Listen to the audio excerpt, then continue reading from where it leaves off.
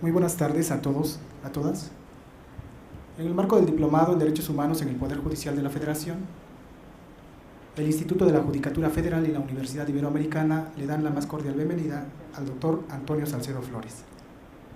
El tema que hoy nos ocupa, el derecho humano al debido proceso. Acerca del ponente. Antonio Salcedo Flores obtuvo los grados de maestro y doctor en Derecho, distinguido con mención honorífica y cum laude por la Universidad Panamericana. Es titular de las unidades de enseñanza-aprendizaje, obligaciones civiles, contratos, derecho de familia, derecho del trabajo, teoría general del proceso 1 y 2, derecho procesal penal y pruebas en materia penal, en la Universidad Autónoma Metropolitana. Fue miembro fundador del bufete jurídico de la UAM, donde se desempeñó como jefe de las secciones penal y familiar y coordinador general. Es autor de diversos artículos científicos, de divulgación y de doctrina, publicados por las Universidades Autónomas de Zacatecas y Metropolitana.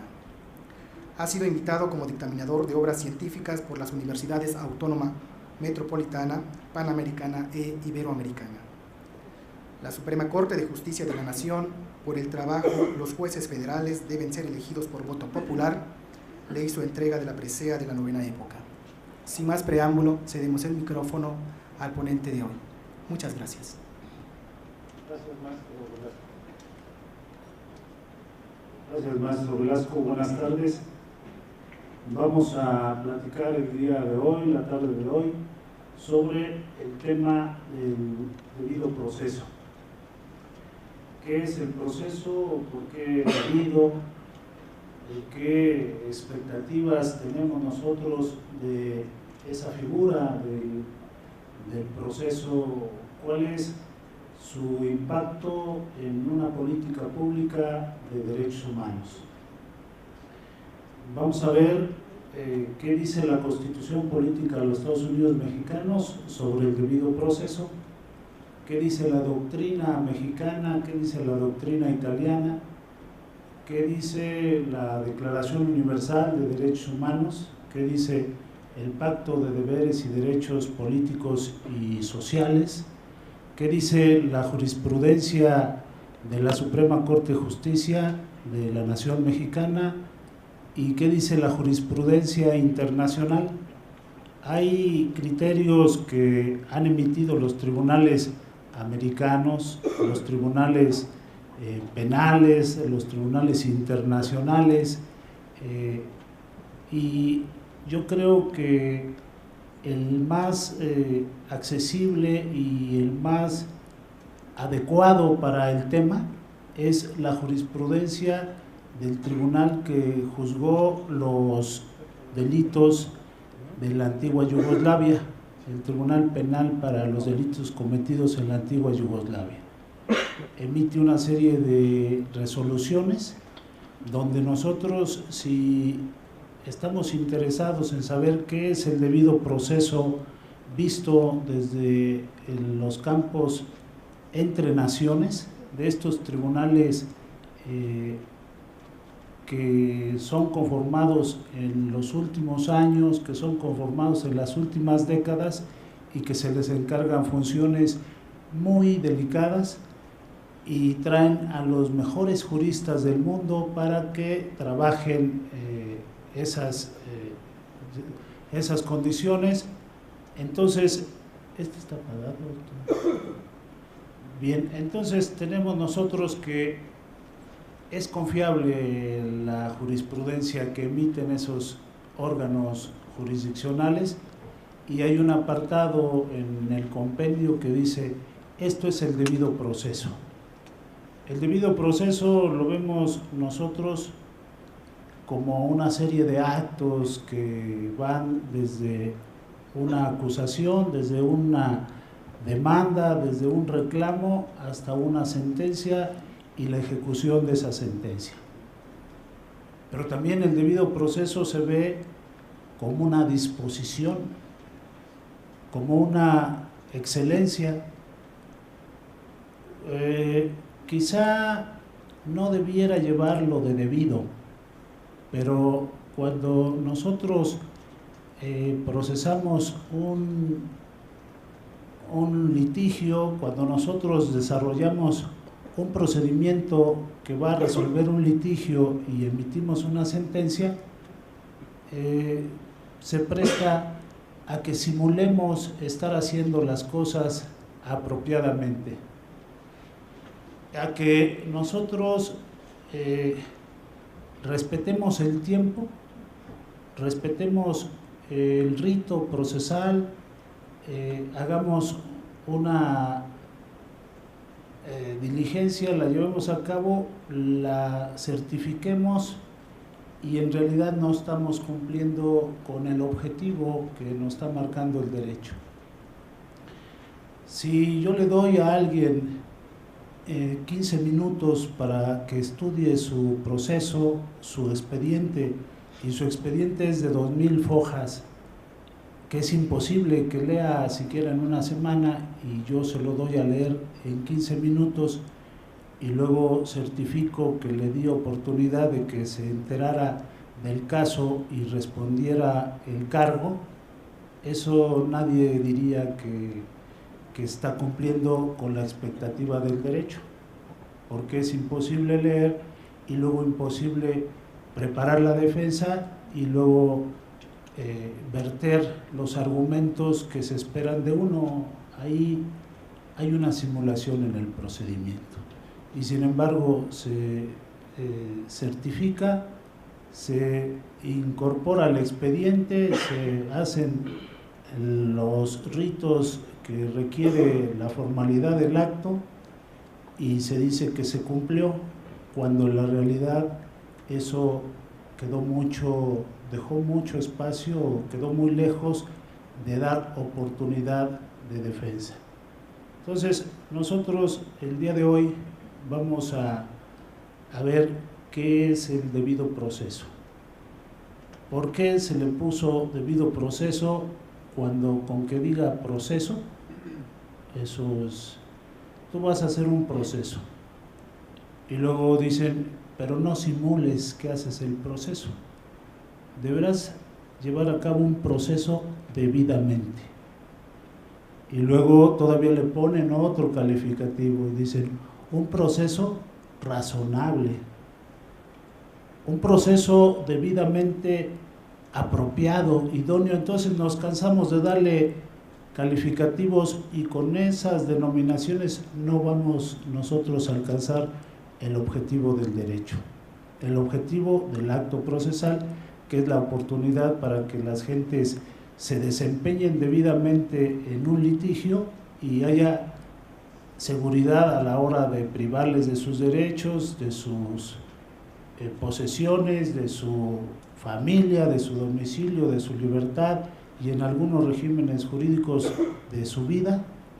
Les vamos a privar después de haberlos juzgado, haberles dado oportunidad de que se defendieran, de que aportaran sus argumentos justificatorios de sus actos, y entonces sí, ya con plenitud tomamos la decisión y con plenitud, certeza y dignidad llevamos a cabo la ejecución del acto.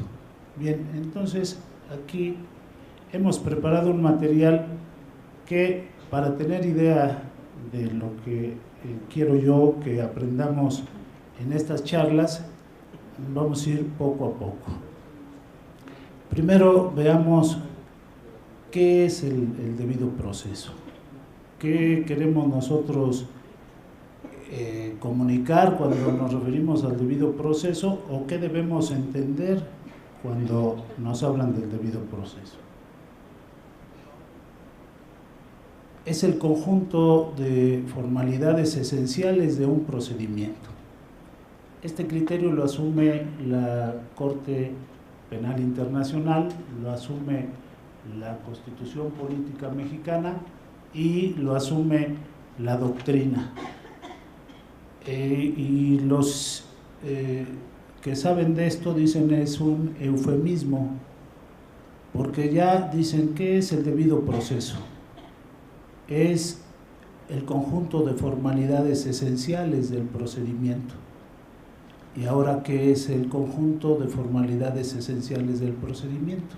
Solo la interrogante nos la cambiaron a otra figura y nosotros seguimos sin saber qué es el debido proceso y qué son las formalidades esenciales del procedimiento, y esto se presta para ventajas y desventajas. Vamos a ver que si nosotros hacemos una lista que decimos el debido proceso es una notificación, es una oportunidad de probar, es emitir una sentencia que dirima la controversia, es una oportunidad de alegar, y lo dejamos para medir y pesar y hacemos, le dotamos de características de aparente precisión, seguimos sin saber qué es el debido proceso y qué es lo que nosotros estamos buscando. No obstante, ahí está la corriente que considera lo contrario. Es indispensable poner días, poner límites y señalar de dónde a dónde llega la figura jurídica, hacer definiciones concretas, hacer una tabla que considere todos los probables fenómenos y dé respuestas a ellos. Esos son los glosadores, ese es el Código Napoleón, ese es un positivismo radical.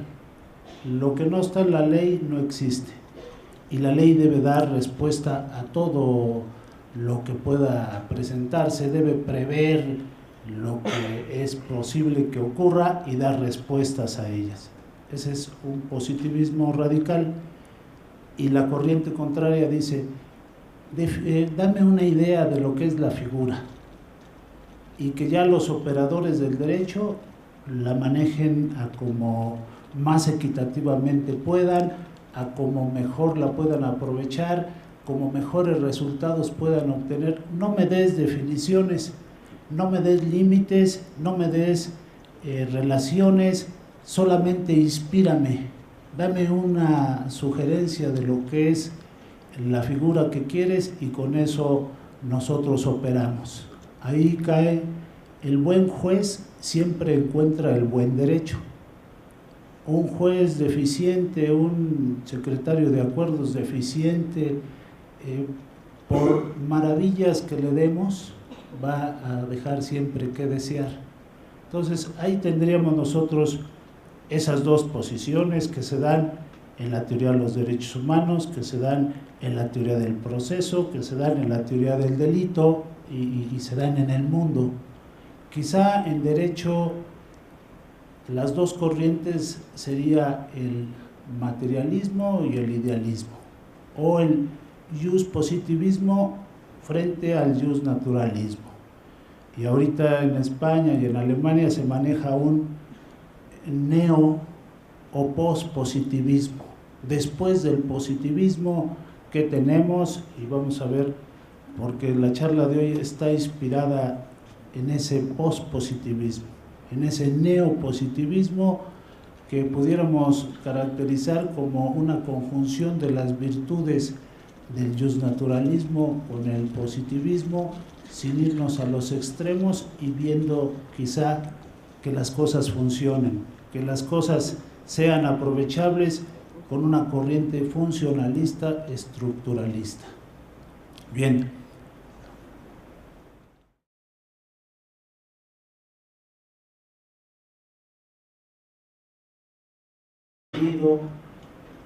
¿Qué expectativas tenemos nosotros de esa figura del proceso? ¿Cuál es su impacto en una política pública de derechos humanos? Vamos a ver qué dice la Constitución Política de los Estados Unidos Mexicanos sobre el debido proceso. ¿Qué dice la doctrina mexicana? ¿Qué dice la doctrina italiana? Antonio Salcedo Flores obtuvo los grados de maestro y doctor en Derecho, distinguido con mención honorífica y cum laude por la Universidad Panamericana. Es titular de las unidades de enseñanza-aprendizaje, obligaciones civiles, contratos, derecho de familia, derecho del trabajo, teoría general del proceso 1 y 2, derecho procesal penal y pruebas en materia penal, en la Universidad Autónoma Metropolitana. Fue miembro fundador del bufete jurídico de la UAM.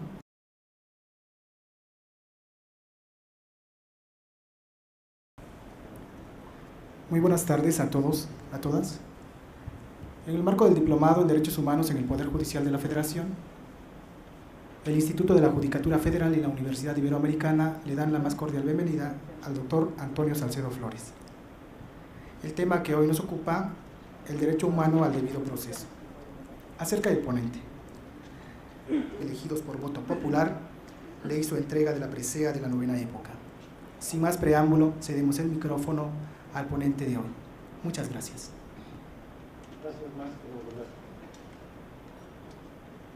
Gracias, maestro Velasco. Buenas tardes. Vamos a platicar el día de hoy, la tarde de hoy, sobre el tema del debido proceso. ¿Qué es el proceso? ¿Por qué? Donde se desempeñó como jefe de las secciones penal y familiar y coordinador general.